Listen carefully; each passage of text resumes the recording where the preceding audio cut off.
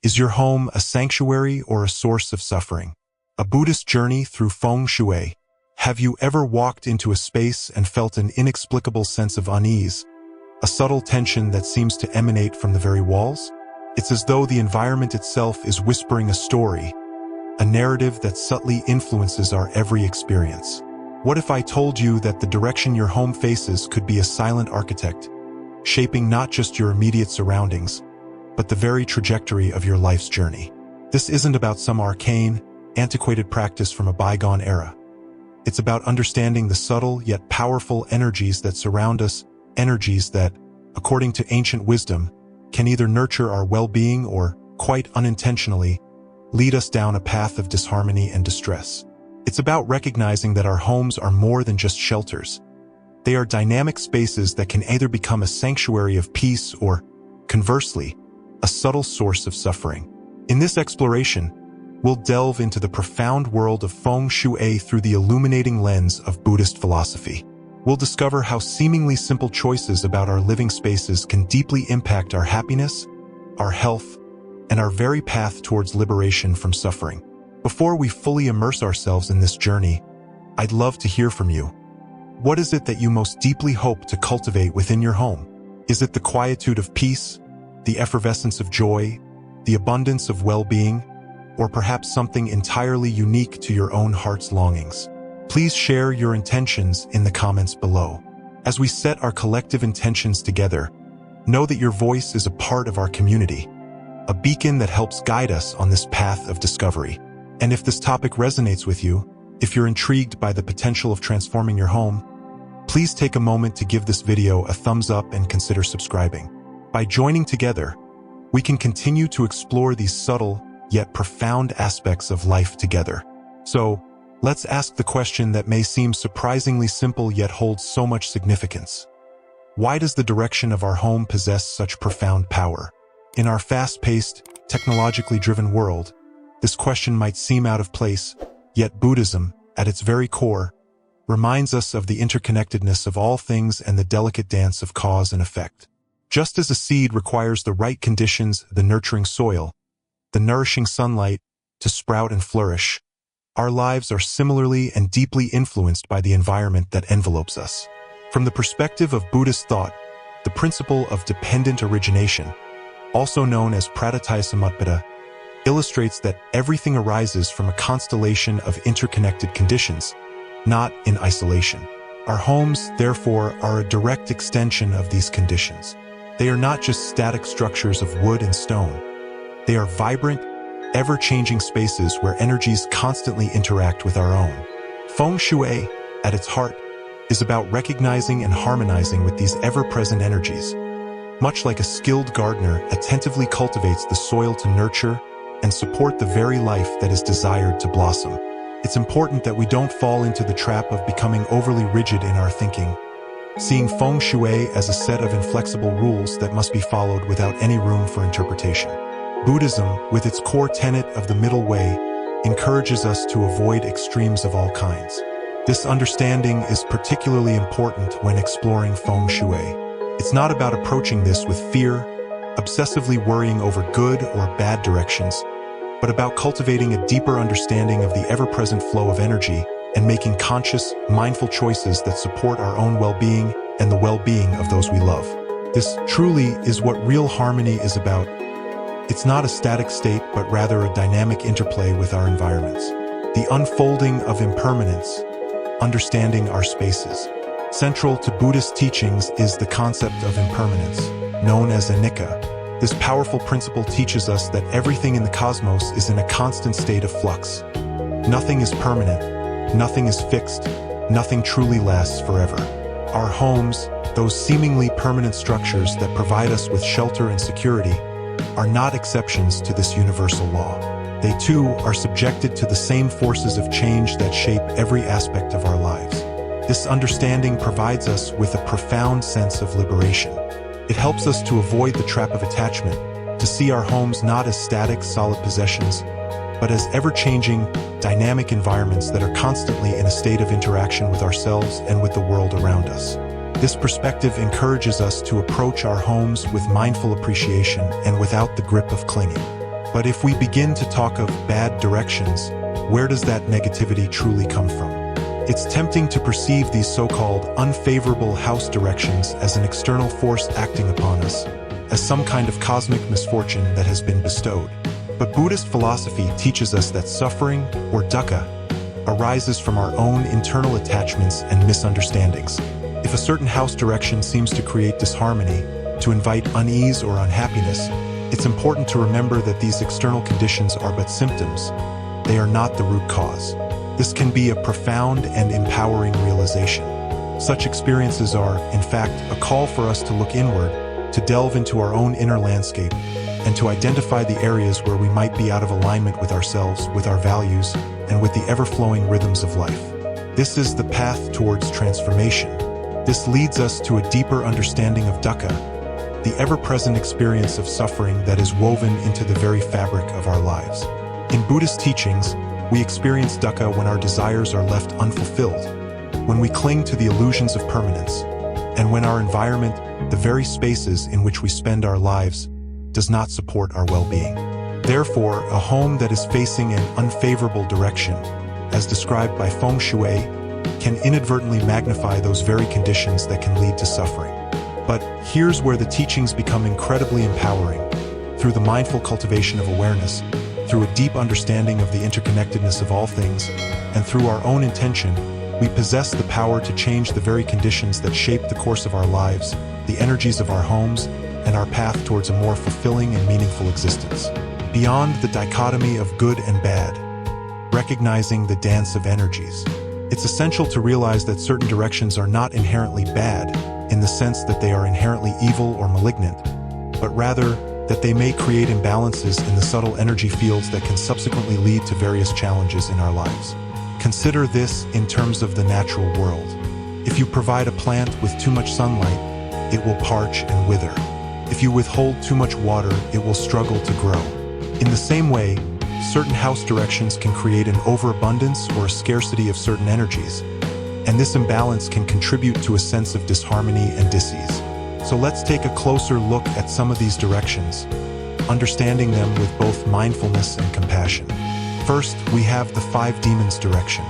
This isn't about literal demons, the supernatural beings of folklore, but rather about subtle energies that tend to promote disharmony, conflict, and discord. Imagine it as a space that, like a magnifying glass, subtly intensifies misunderstandings, amplifies irritation, and makes it more challenging to cultivate a sense of peace and loving kindness. Then there's the absolute death direction.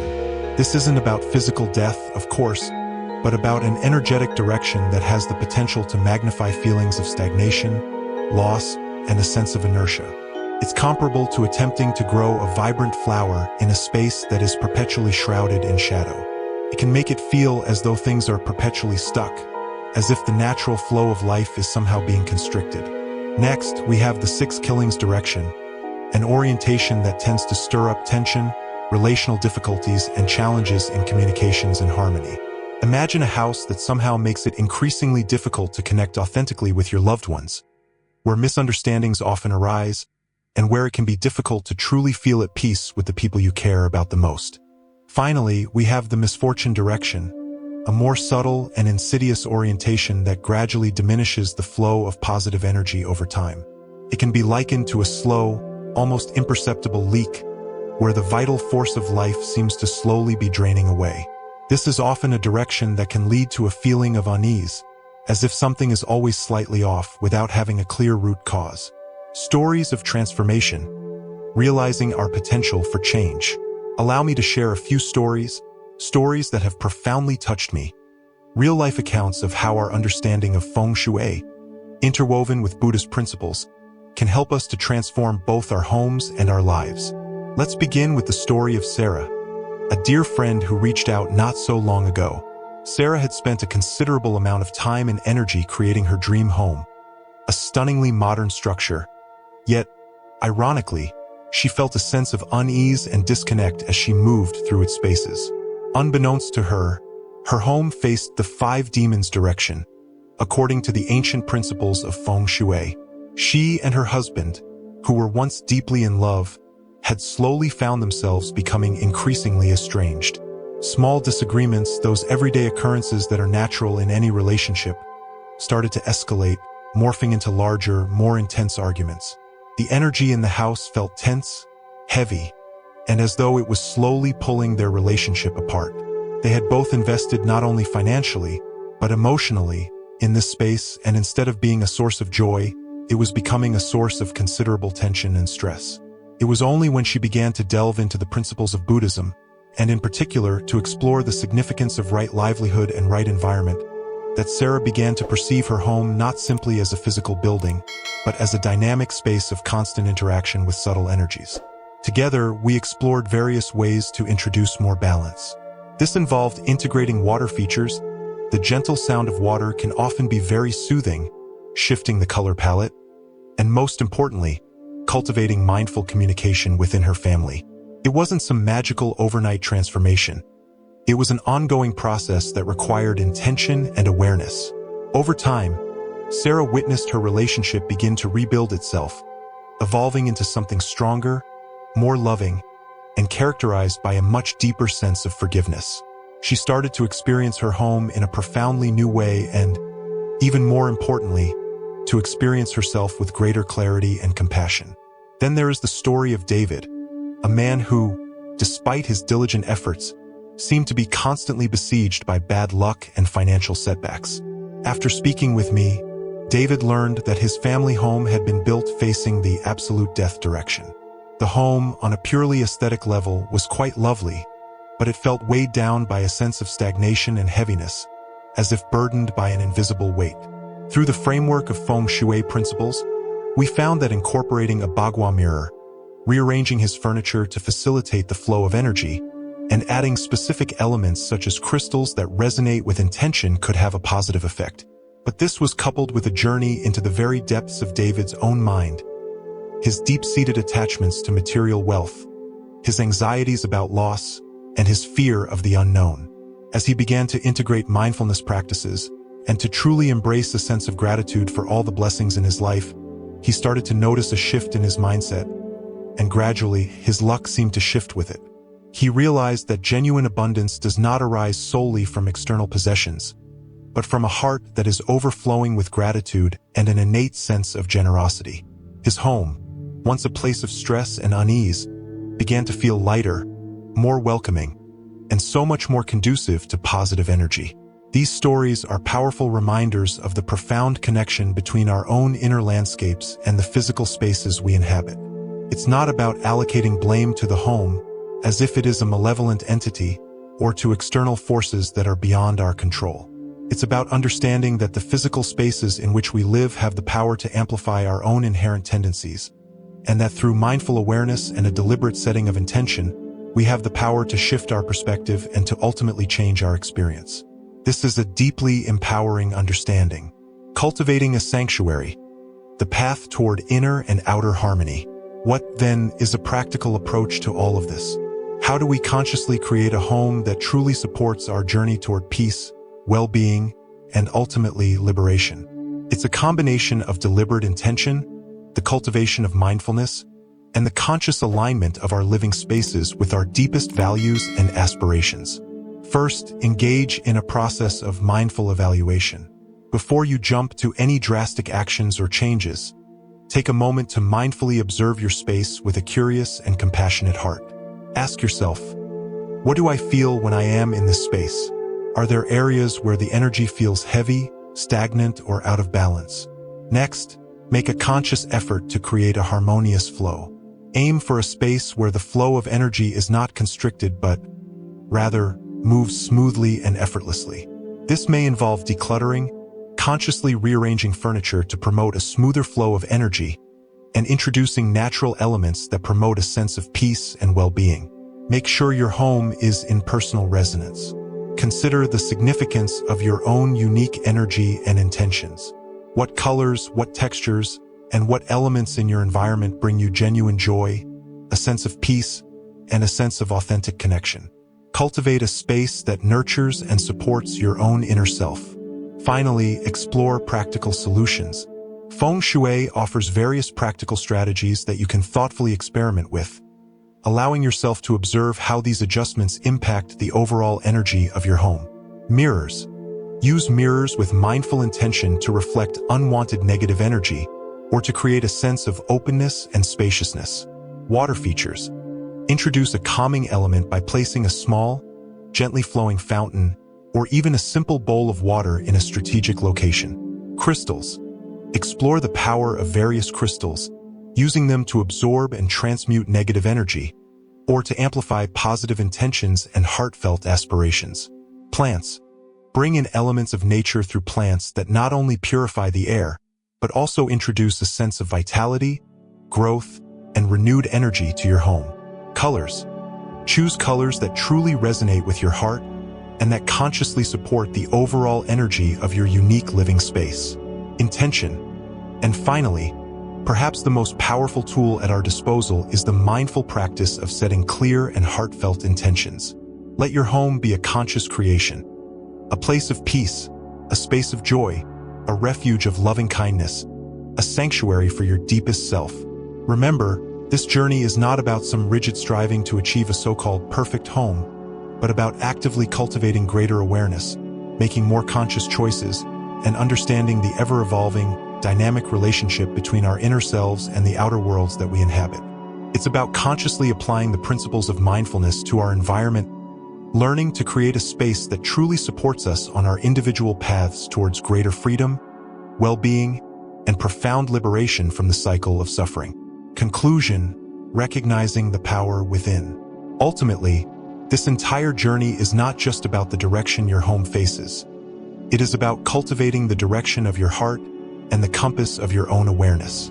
It's about recognizing and embracing the fact that you possess the power to transform your experience of your environment, just as you are profoundly influenced by it. By embracing the practices of mindfulness, consciously cultivating gratitude for all that life has offered, and deepening your understanding of the subtle energies that surround you, you have the power to create homes that not only support you, but also genuinely nurture your deepest longings and your very path towards profound well-being and enduring liberation. As you reflect on everything we've discussed today, I invite you to take a moment of pause. Look at your own living space. Take a deep, cleansing breath, and let the gentle guidance of your heart lead the way. Are there any small yet significant changes you feel called to make? I invite you to share all of your thoughts, your insights, and your questions in the comments section below. Let's cultivate a dynamic and compassionate community, united by mindful intention and empowered by the awareness that transformation is always within our reach. If today's exploration has resonated with you, I encourage you to like this video, to share it with all those who you feel might be touched by this message, and to consider subscribing to this channel if you'd like to continue walking this path of mindful discovery together. Let us collectively embark on creating truly authentic sanctuaries, spaces that nourish not only our physical bodies, but also our minds and our spirits, spaces that support us on the path of profound transformation. Until we connect again, may you find peace, joy, and abiding happiness both within your heart and within the sacred space that you call your home.